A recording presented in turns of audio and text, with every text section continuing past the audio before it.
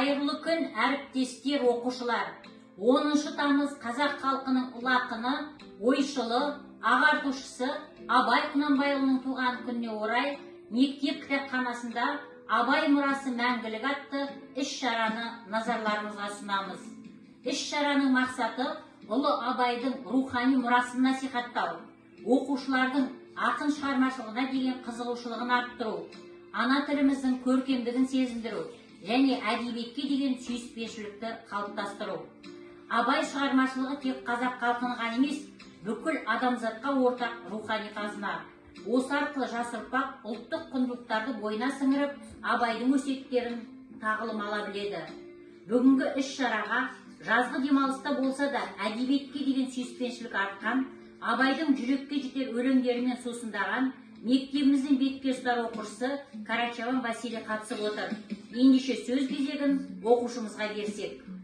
Я, Карачаван Василий, ученик 7 В класса, рад участвовать в поэтическом марафоне, посвященном 180-летию великого поэта, просветителя и мудреца Абая Кунанбаева.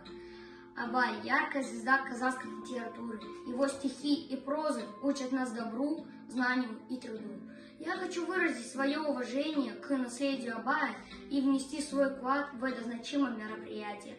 Драгоценное наследие Абая – это вечный пример для подрастающего поколения. Сегодня я хочу прочитать одно из его стихотворений на русском языке. «Будь разборчив», написано в 1894 году.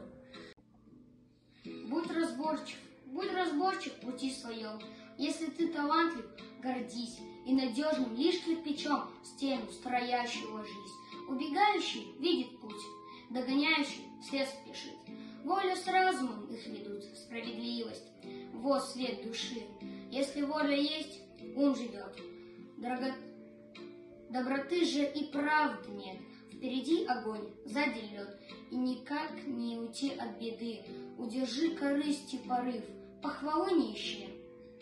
Смотри недостатки, искусно вскрыв, лишь в борьбе победу бери, да хвастовство словам. Не мечтай других превзойти, возбуждая зависть, и сам оступиться можешь в пути. Тверже ногу, шагай смелей, и тогда не погибнет труд речи тех, кто учит детей, как зерно в земле прорастут. Құрметті оқырмандар, міне бүгінгі біздің іс-шарамызға қатысқан, жазғы демалыста да үйінде бос отырмай, Абайдың өлеңдерімен тыныс алған, Абайдың өлеңдерін жатқа айтып, мінекей іс-шараға қатысып отыр. Енді бүгінгі іс-шараға қатысқан біздің Карачаван Васильевға мектептің әкімшілігінің атынан мойнына мынандай медаль тағамыз. Сонымен қатар алғыс хат. Құрметті Карачаван Василий, сізді Абай Құнанбайұлының 180 жылдық мерейтойына арналған поэтикалық марафонға белсене қатысқаныңыз үшін шын жүректен алғыс білдіреміз.